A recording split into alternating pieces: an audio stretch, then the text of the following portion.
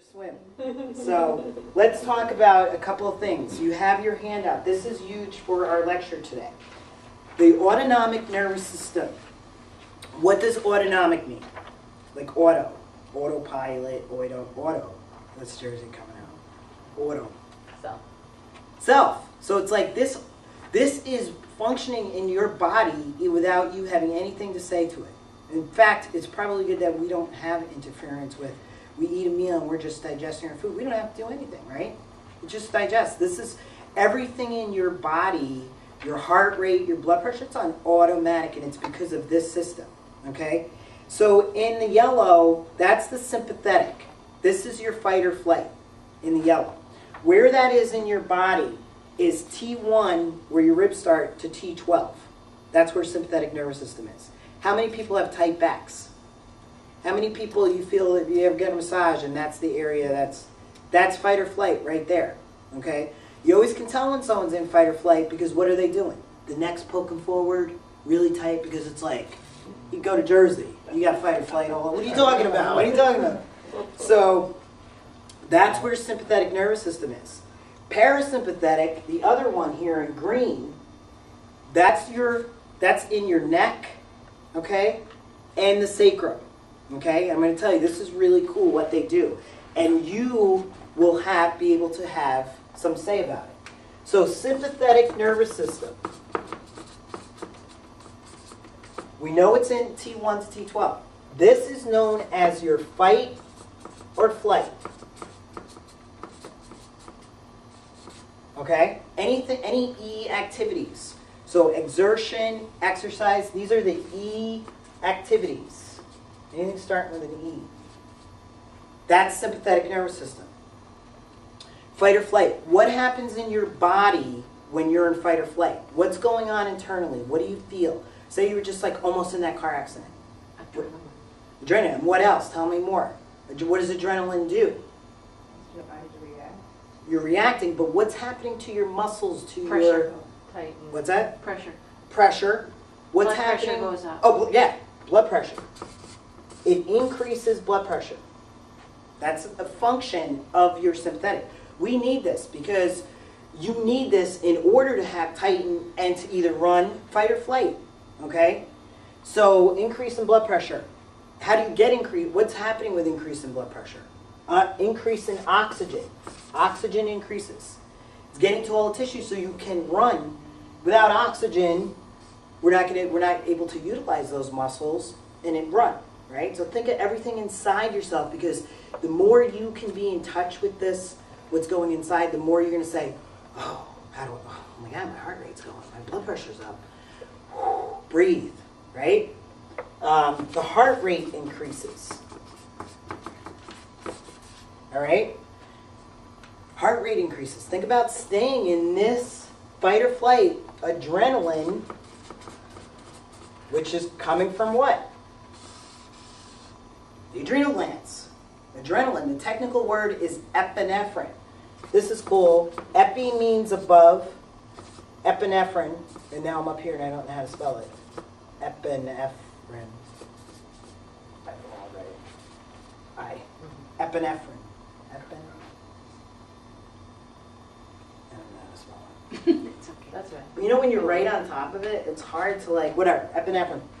Epi means above, and nephron is the kidneys. Nephros refers to the kidneys. So that's where it came from. Epi above. And so the adrenaline, adrenal, from the adrenal glands. Increase in blood pressure, increase in oxygen, increase in heart rate, increase in blood sugar. This is huge. All right? So now you had that fight with the friend, but you're not letting it go. And my Italian side, they hold grudges. What's happening to their body with those grudges? Same with my mother was diabetic, adult onset diabetes. They're all unhealthy. I could go through all of them. They're either codependent or frickin' they all have awful husbands. I want to shoot them all. And anyway, that's aside. That's deleted. And but increase blood sugar, heart rate, oxygen, blood pressure. Okay, so that if you hold on to that, and you're not letting it go, and you're not getting back to the parasympathetic resting and digestion we'll talk about, this is where adrenal fatigue happens. Can you interfere at that clenching the jaws? So then people have all of a sudden fibromyalgia, they got rheumatoid arthritis, they got all these autoimmune diseases. Your body's attacking itself. For good reason. Yeah. Acid reflux, everything. So, this is where you can come in. Does that make sense? And can you also see if your heart rate's going and it doesn't stop and you don't come to some peaceful place like Deanna was talking about, you're going to stay in this and you're more likely to have adrenal fatigue. Anybody have stress out there in your life?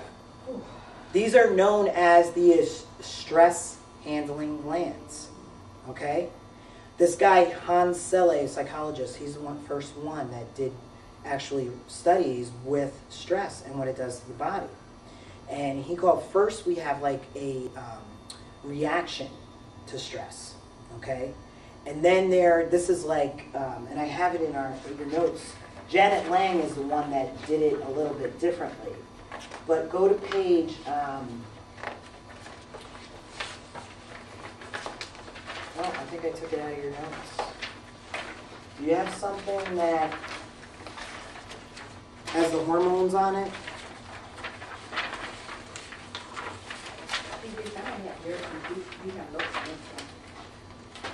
No, do you have, let me see what you have. Yeah, and then this one. What, let me see what you have. Go back here. This is what I want. Yeah, what is that? Can you find that's the same thing that Deanna has there? What page is that?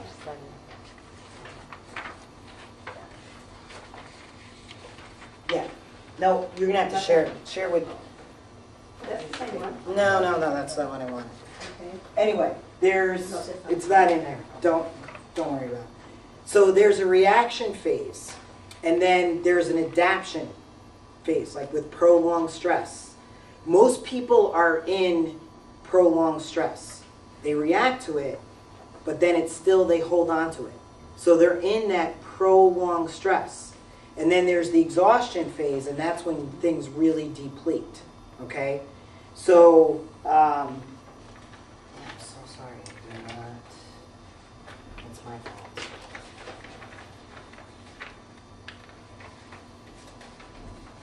Yeah, I don't know, because that was a biochemistry part that I wanted to delete. Anyway, so, but you also found out that when you're in prolonged stress, your organs start to atrophy. People end up getting sick more. You know, there's people that have chronic colds and flus. That's that prolonged stress response, the middle phase. Most people are in that. I would say 9 out of 10 people, are in that. And they're constantly adapting. How many people, span the people in your life right now, how many people look vital, energetic, you know, have a spark to them in your life? How many people are like, oh, I gotta go through the day, I gotta go to work, how many more people do you know like that? I gotta, you know. Or how many people you know, like, all right, we're gonna have fun. We're, you know, not a lot, and it's really sad because you have the walking wounded out there. And that's why everyone here wanting to learn this information, I just think give yourself the credit for that, because the more information you know, it's your manual, it's your body. I'm a firm believer of, like, we should know what our body's doing so we can make decisions about it.